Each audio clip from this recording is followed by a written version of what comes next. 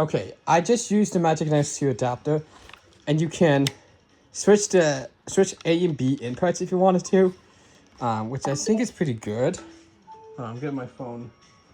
I'm gonna get my watch charged because 40 minutes for a battery. Alright, but on the Magic NS adapter, it's much easier. So there's a menu button and A button for 4 seconds. 1 and 2 and 3 and 4. So now that's B and this is A. That's Y. But technically, so the Y is here, the X is here. So actually, no. So the X used to be here, and now it's been moved actually to here. So if I launch it again,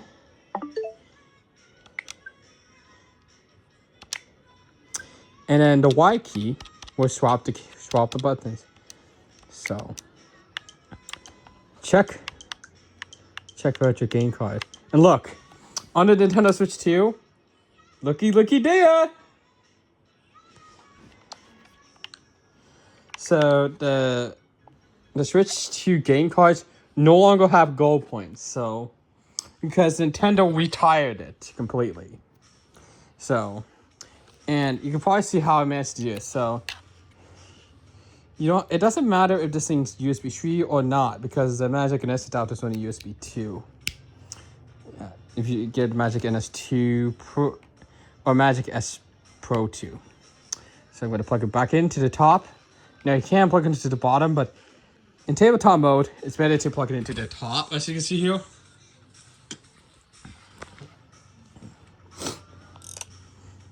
And this has a 4-point. This has a much more. It's a much better point touchscreen. So.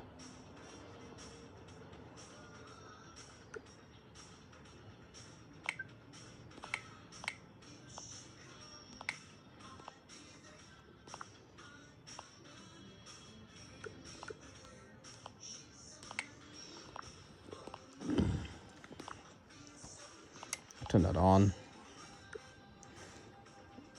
Wish I could find where that you could touch. I think it's display actually. No, but this thing has a much better touchscreen here, and this does have a screen protector on it, and I'm not going to remove it because Nintendo states to not remove the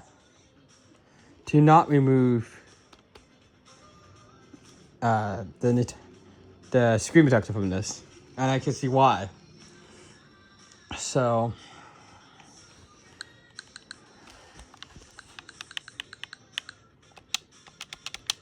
And then if we go ahead and do it again, 1 and 2 and 3 and 4.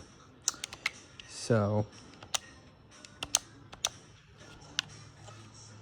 you see how it works. You can see it's down as USB. You cannot search with this controller. Now, here's the new thing about this Nintendo Switch 2. Take a listen to this controller. The rumble motor also kind of acts like a speaker, so you hear that beat. And it can also work for the Pro Controller as well, which I have it behind me. Yeah, I hear it. It's really nice.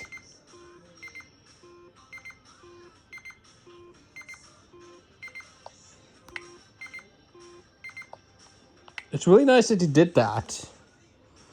It's really nice that they did it. A game changer. As well. And of course, 2 people are playing Mario Kart World and that person is playing Xenoblade Chronicles. And then, I call my friend called there. But you can see Mario Kart World. Okay, good. It actually does blur out my email. That is at least good. So.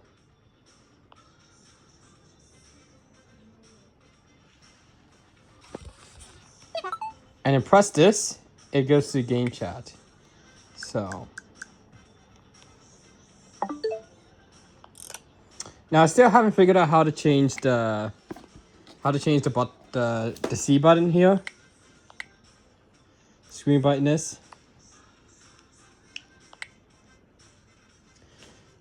My headset, which I'm soon gonna get a new headset because my Beats Studio Pro has been giving me a bit of issues.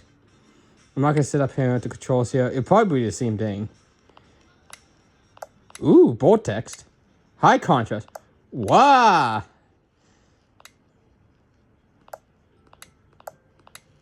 Wait, what does the zoom do? Not really. I think you have the controller for that one, so. I do like the bold text. I really like that. Text size. Oh, geez, that is large. Okay, I guess this is for people who can't see well. I'm just going to go back to standard text. Ver colors. Grayscale. Default. You could do mono. Wait, text to speech? Ah, this is for people who can't see well. I see.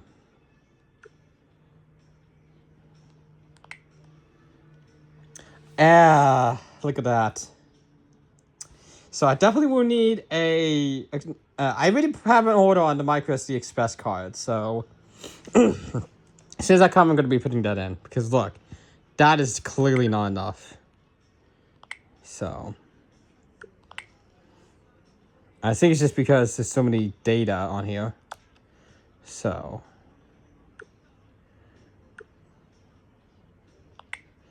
I don't have any pictures, I believe. Let's see.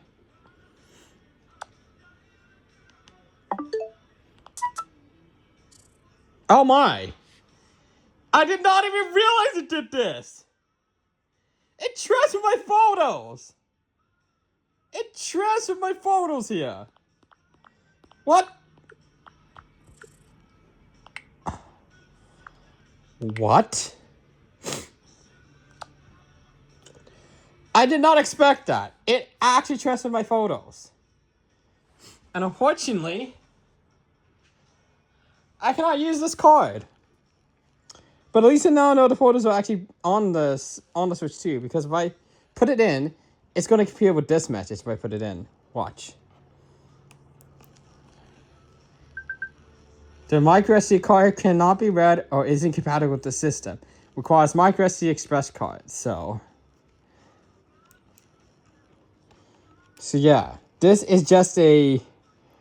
Oops. This is just a microSD XC card. That's what it is. A microSD XC card. That's basically what it is. So I will. So since I know the photos are already transferred, I will be wiping this SD card clean, and I'll probably be, because this will be going with my OLED Switch, I'm gonna probably be giving this to someone. The SD card I'm gonna have is a 256 gigabyte. They don't have 512 yet, but you can see, even with 256, you can see that now with Street Fighter, that takes a lot more storage. But that's much better than 64 gigs. That's for sure. So if we look here, see, look, Street Fighter is the one that takes a lot of the storage on here. As you can see here, that's the one that takes a lot of the storage. Rocket League, not so much. Splatoon, no. Because most of these games here were originally Switch 1 games. You can see here, these ones are much lower storage. Yeah. I haven't downloaded these yet because I have to put the game card in.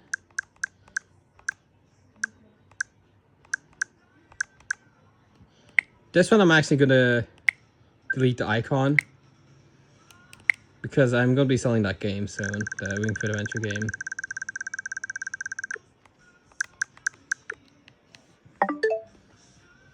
So, and this is one of the things that a lot of you have questions on. So, watch. Watch.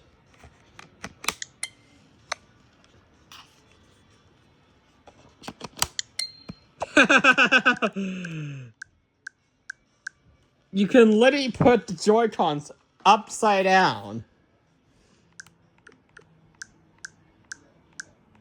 You can literally put the Joy-Cons upside down, and the Switch actually registers them, which is really surprising. And if I take this one out, the mouse, look at that. But yeah, this is my Switch 2. I'm really liking it with my Switch 2 here. But the cursor is actually pretty awesome. And the camera as well. The microphone on this, it doesn't actually sound too bad. But I'll probably use my own as a microphone. Look at that. That's the game card there. USB-C on the top and on the bottom. So it means that I don't have to use those stands to plug the Magic and NES adapter in.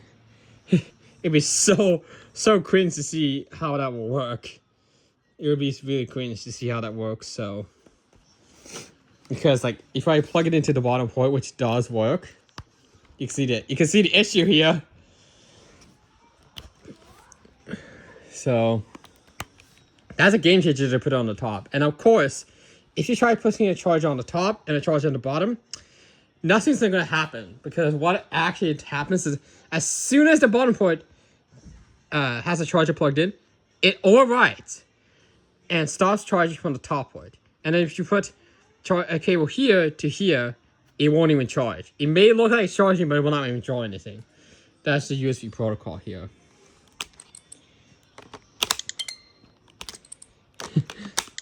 And also, if you're wondering, these can be yanked off. Ugh. They take a bit of a force, but they can be yanked off. So let's do it on this one. Ugh. It's really strong. It's really strong. They just make it so that this police one is just there to make it easier to take off. So.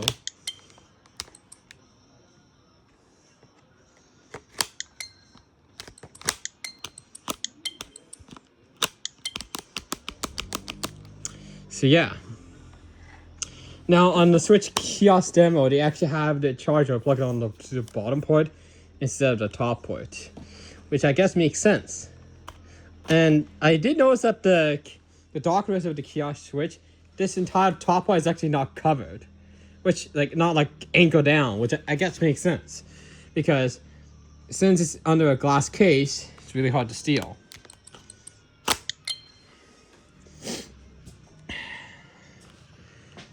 And this is a 1080p display here, and I did try it on the big screen, and holy crap, with Mario Kart, that's a big improvement. Such a big improvement there. Oops. That's such a big improvement there. No doubt about it. That's such a big improvement with the 4K resolution. With NVIDIA Tegra's chipset in this Switch. And even it can run Street Fighter 6.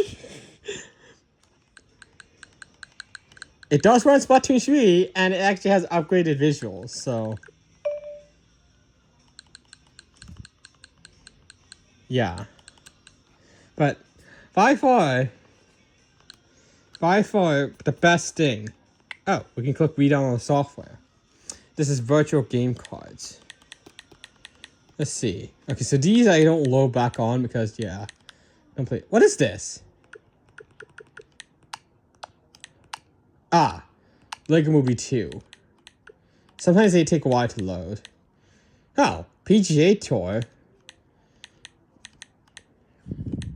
Oh, yeah, that's just the update content. What's Splatoon? I somehow still have Fortnite, but I don't play that anymore.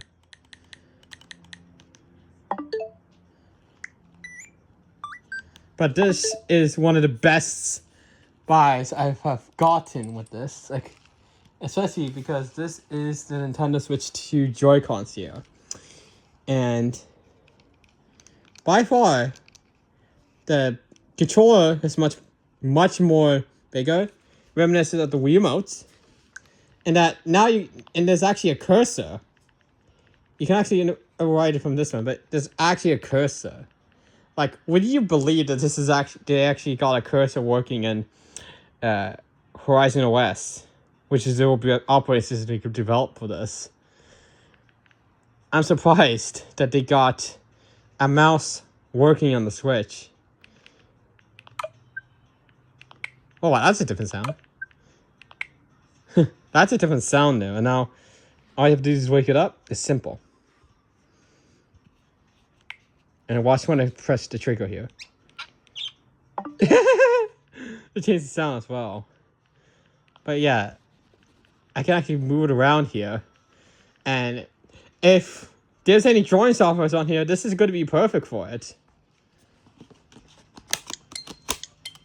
Basically perfect. But yeah, it's kind of interesting that you can still use this adapter and still map the buttons out. It's kind of nice.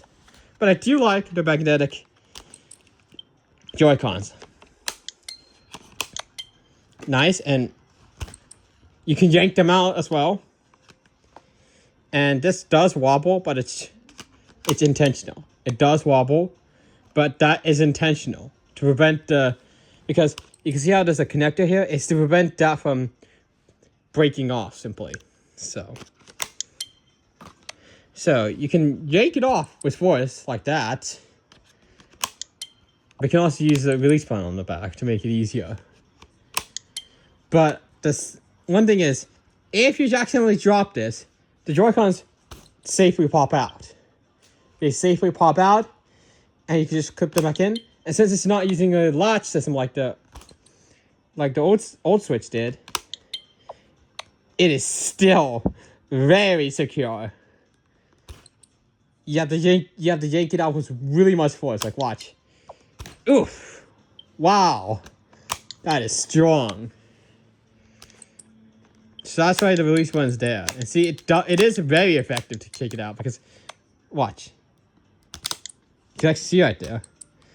It makes it easier because what this release button does, see, pushes this out, which actually makes it disconnect from here, from magnets.